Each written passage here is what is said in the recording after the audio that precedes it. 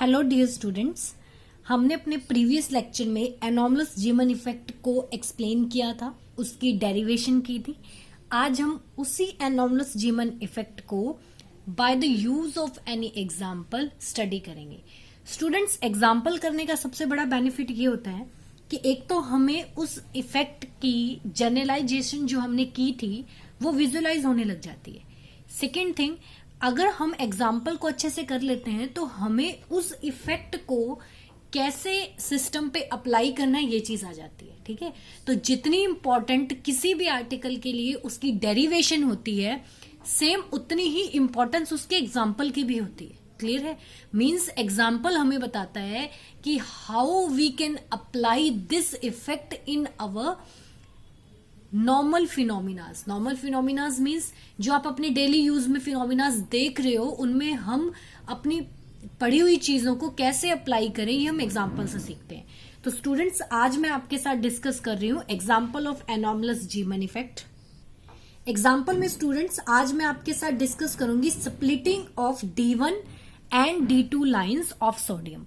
आपने second unit में study किया था, अगर आपको ध्यान हो तो, कि जब सोडियम एटम का जो स्पेक्ट्रा था हमने उसको स्टडी किया तो उसमें हमने ये ऑब्जर्व किया कि हमारे पास दो एमिशन लाइंस मिल रही थी हमें। एक को हमने बोला था D1 और एक को हमने नेम दिया था D2।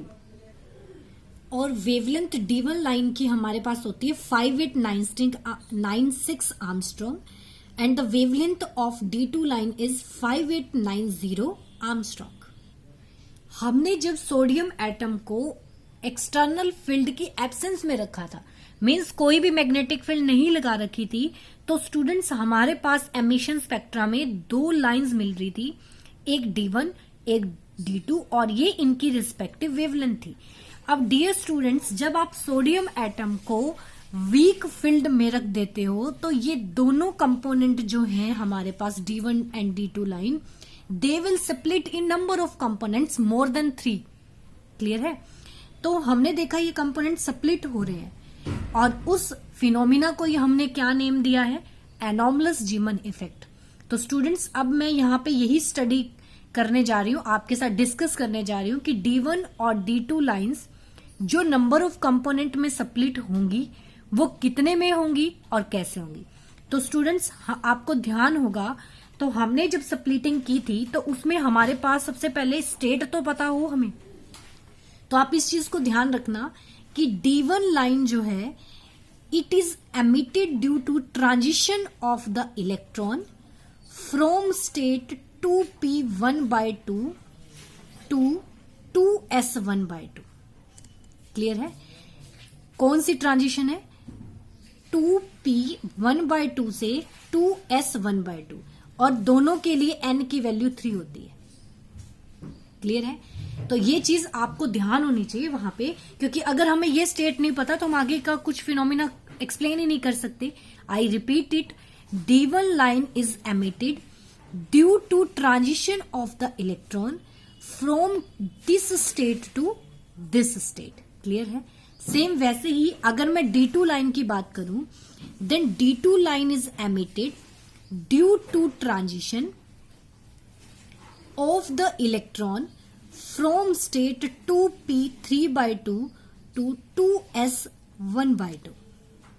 क्लियर है? इन दोनों के लिए भी n की वैल्यू आपके पास 3 ही है।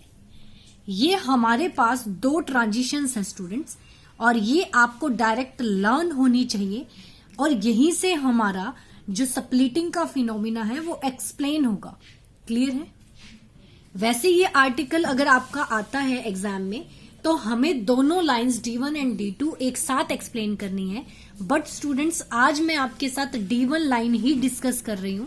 जैसे ही आप उसको स्टडी कर लोगे, अच्छे से समझ लोगे, तो हम नेक्स्ट लेक्चर में D2 लाइन को कंटिन्यू करेंगे। क्लियर है? तो सबसे पहले मैं आपके साथ डिस्कस कर रही हूं स्प्लिटिंग ऑफ D1 लाइन। तो स्टूडेंट्स, मैंने इस आर्टिकल को दो सब पार्ट में डिवाइड किया है। Number 1 splitting of D1 line and splitting of D2 line. ऐसा स्टूडेंट्स मैं इसलिए कर रही हूं ताकि सब पार्ट्स में करने से हमें क्लियर हो जाता है कि हर चीज का फिनोमिना जो है वो किस तरीके से चल रहा है स्टेप बाय स्टेप, और स्टेप बाय स्टेप की हुई चीज हमें अच्छे से लर्न रहती है। इसलिए मैंने इन दोनों को 2 पार्ट्स में डिवाइड कर लिया और आज मैं आपके साथ डिस्कस कर रही हूं splitting of D1 line. Next lecture में हम D2 लाइन करेंगे। स्टूडेंट्स, D1 लाइन के लिए हमारे पास जो ट्रांजिशन है वो इलेक्ट्रॉन की इस लेवल से इस लेवल पे होती है। इट मीन्स ये हमारे लिए इनिशियल लेवल है, क्लियर है, और ये हमारा फाइनल लेवल है। तो यहां पे इस लेवल की जो भी नोटेशंस होंगी उनके सबस्क्रिप्ट में मैं आई का यूज करूंगी, दैट डिनोट इनिशियल लेवल, और इस लेवल के सबस्क्रिप्ट में मैं एफ का यूज करूंगी, दैट डिनोट्स फाइनल लेवल। अब स्टूडेंट्स, यहां पे एन की वैल्यू 3 है, यहां भी एन की वैल्यू 3 है, तो मैंने आई एफ नहीं लगा रही क्योंकि दोनों के लिए ही 3 है।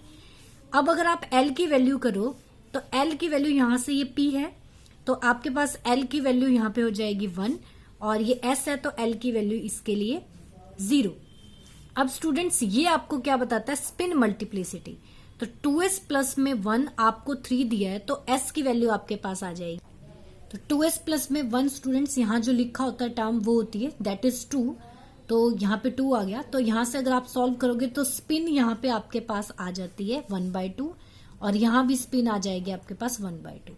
अब रही बात जे की, तो जे ये होता है नोटेशन, तो इसके लिए जे की वैल्यू 1/2 है और इसके लिए भी जे की वैल्यू 1/2 है।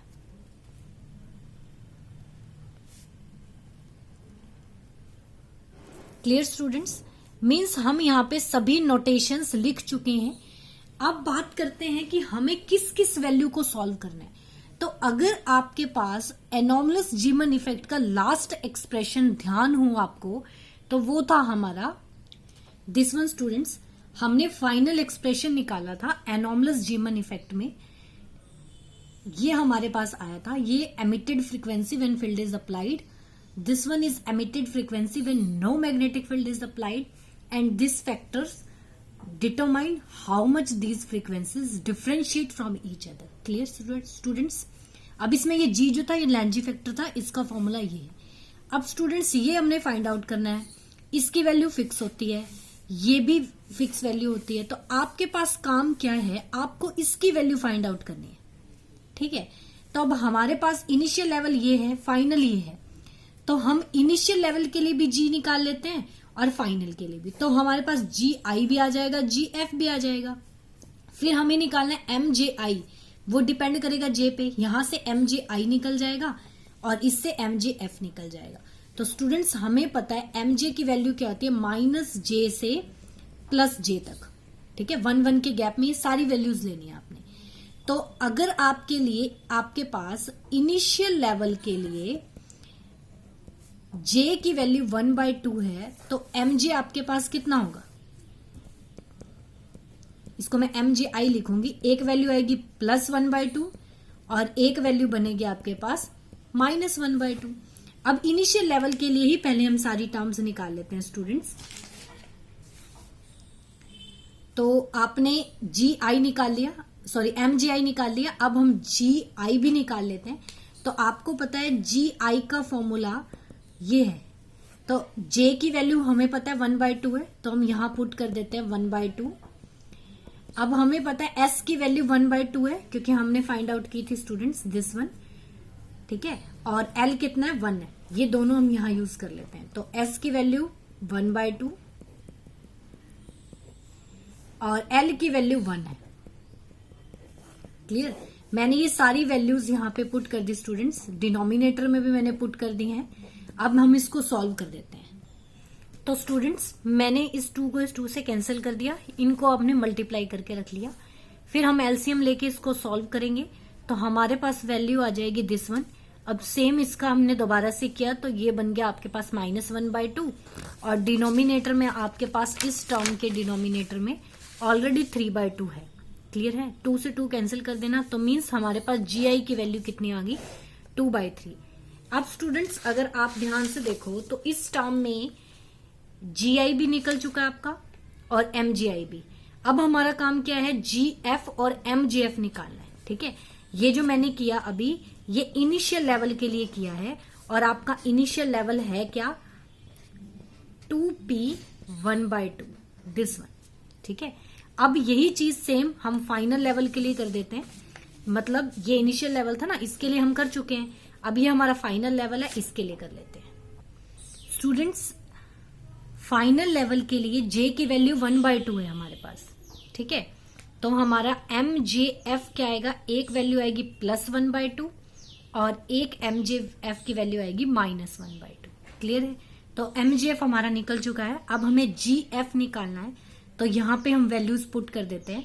स्टूडेंट्स, J की वैल्यू 1/2 पुट करनी है, S की वैल्यू भी 1/2 पुट करनी है और L की वैल्यू 0 करनी है। इसको पुट कर लो और सॉल्व करके मैं यहां पे सॉल्व कर देती हूँ, उसके साथ मैच कर लेना। ये तीनों वैल्यूज मैंने फॉर्मूला में पुट की, तो हमारे पास GF का फॉर्मूला ये बन गया स्टूडेंट्स। अब 2 से 2 कैंसिल हो गया, इन दोनों टर्म्स को सॉल्व करोगे तो हमारे पास GF की वैल्यू कितनी आ गई स्टूडेंट्स, 2 आ गई।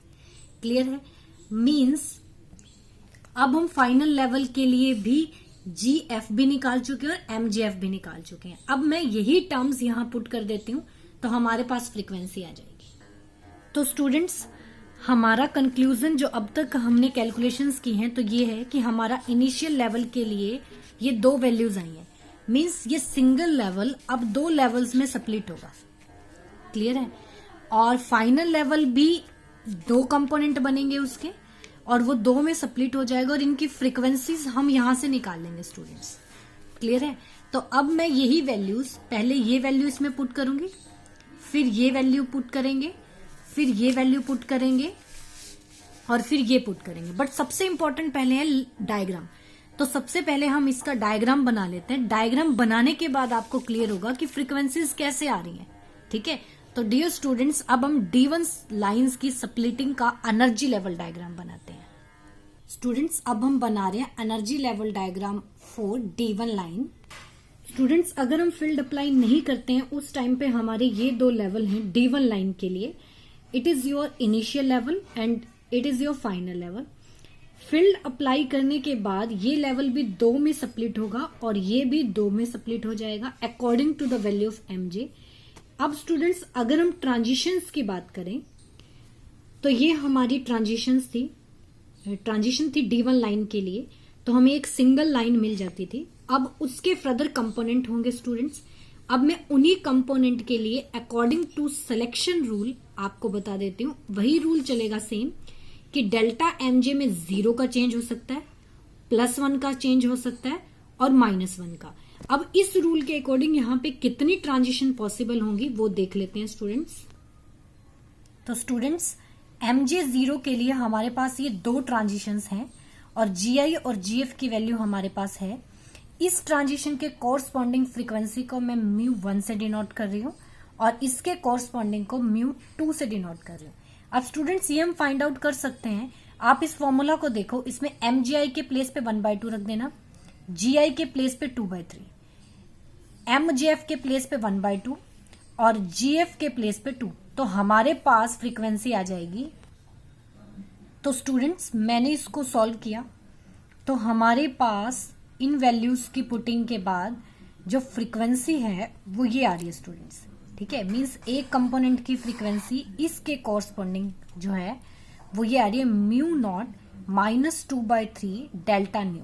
क्लियर है, अब आप इसके लिए भी फ्रीक्वेंसी निकाल सकते हो, सेम फॉर्मूला यूज करना है, बट इस बार MGI कितना होगा, -1/2, GI this one, GF -1/2, sorry MGF -1/2 and GF is 2। अब पुट किया हमने, तो स्टूडेंट्स पुटिंग करने के बाद जब मैंने इसको सॉल्व किया, माइनस साइन का ध्यान रखना स्टूडेंट, एक MGI में माइनस है, एक MGF में माइनस है, एक फॉर्मूला का माइनस है, तो इनको सॉल्व करते वक्त आप मिस्टेक मत करना।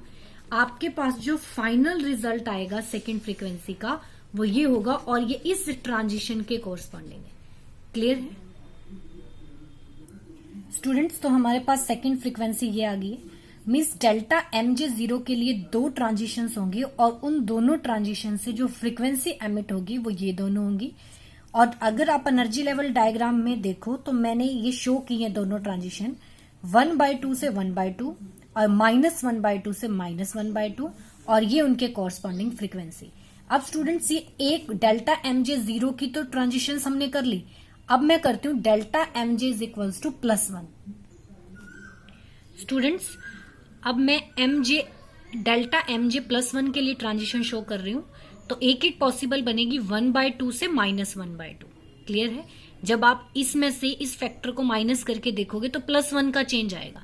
GI/GF आपके सेम है, वही फॉर्मूला है। मैंने ये सभी वैल्यूज यहाँ पे पुट कर दी, तो हमारे पास इस ट्रांजिशन के कॉरस्पॉन्डिंग ये फ्रीक्वेंसी आ गई स्टूडेंट्स। अब मैं इसको एनर्जी लेवल डायग्राम में ड्रॉ कर देती हूँ।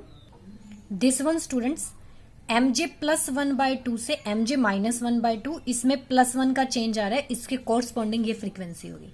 अब डियर स्टूडेंट्स, mj 0 भी हो चुका है, mj+1 भी हो चुका है। अब हम करते हैं mj-1। दिस वन स्टूडेंट्स, अगर हम mj-1 की बात करेंगे तो ये वाली पॉसिबल ट्रांजिशन होगी कि आप -1/2 से +1/2 जाओ, और इस ट्रांजिशन के कोरस्पॉन्डिंग जो फ्रीक्वेंसी एमिट होगी दैट इज ν4। हमने उसी फॉर्मूला में सेम वैसे ही प्रोसीड करके MGI और GI/GF की वैल्यू पुट की, तो हमारे पास ये फ्रीक्वेंसी आ गई उस कंपोनेंट की कोरस्पॉन्डिंग। अब हम इसको एनर्जी लेवल डायग्राम में ड्रॉ करते हैं स्टूडेंट्स। दिस वन स्टूडेंट, -1/2 से +1/2 में -1 का चेंज। तो डियर स्टूडेंट्स, अब आप देख सकते हो कि एक सिंगल लाइन से हमें 4 कंपोनेंट मिल रहे हैं, 2 mj0 के लिए, एक mj+1 के चेंज के लिए और एक mj-1 के चेंज के लिए, और ये उनकी कोरस्पॉन्डिंग फ्रीक्वेंसीज हैं स्टूडेंट्स। तो ये हमने आज किया energy level diagram for D1 line. अब मैं इन फ्रीक्वेंसीज को कॉम्पैक्ट फॉर्म में लिख देती हूँ ताकि आपको कोई डाउट ना रहे। तो स्टूडेंट्स, अगर मैं इन चारों कंपोनेंट्स को और पॉसिबल इनकी ट्रांजिशंस के नंबर्स को कॉम्पैक्ट फॉर्म में लिखना चाहूँ तो ये बनेगा स्टूडेंट्स, D1 लाइन के लिए हमारे पास ये 4 फ्रीक्वेंसीज आई हैं, ये इनके कॉरस्पॉन्डिंग एनर्जी लेवल हैं जो इन्वॉल्व हुए हैं, और ये mj की वैल्यू है। तो डियर स्टूडेंट्स, हमने यहाँ पे आराम से ये चीज देखी, बहुत ही सिंप्लिसिटी से देखी कि ये सिंगल कंपोनेंट किस तरह 4 कंपोनेंट में स्प्लिट हुआ। This is known as anomalous Zeeman effect, that when we place an atom in external field then it's a splitting spectral term split into more than 3 component। और यहाँ पे कितने component मिल रहे हैं आपको? 4। तो डियर स्टूडेंट्स, आप इस D1 लाइन के स्पेक्ट्रा को अच्छे से स्टडी कर लेना। नेक्स्ट लेक्चर में मैं आपके साथ डिस्कस करूंगी splitting of D2 line. Clear है? और फिर हम इन दोनों को सम अप कर देंगे, क्योंकि एग्जाम में ये दोनों आर्टिकल एक साथ आएंगे स्टूडेंट्स। मैं आपको ये दोनों आर्टिकल एक साथ इसीलिए नहीं करवा रही ताकि आप कंफ्यूज ना हो जाओ। पहले जो मैंने ये ट्रांजिशंस यहाँ लिखी हैं, किस तरह G निकाला है, कैसे MJ निकाला है, कैसे मैंने इन चारों फ्रीक्वेंसीज की वैल्यू निकाली है, आप इन सब की अच्छे से प्रैक्टिस कर लेना। अगर आपको D1 लाइन की अच्छे से प्रैक्टिस होगी तो समझ लो स्टूडेंट्स, आपका D2 लाइन का 99% काम हो चुका है। क्लियर? तो आप जब तक D1 लाइन कर लो, कोई डाउट हो तो मुझसे डिस्कस कर लेना। नेक्स्ट लेक्चर में हम D2 लाइन डिस्कस करेंगे।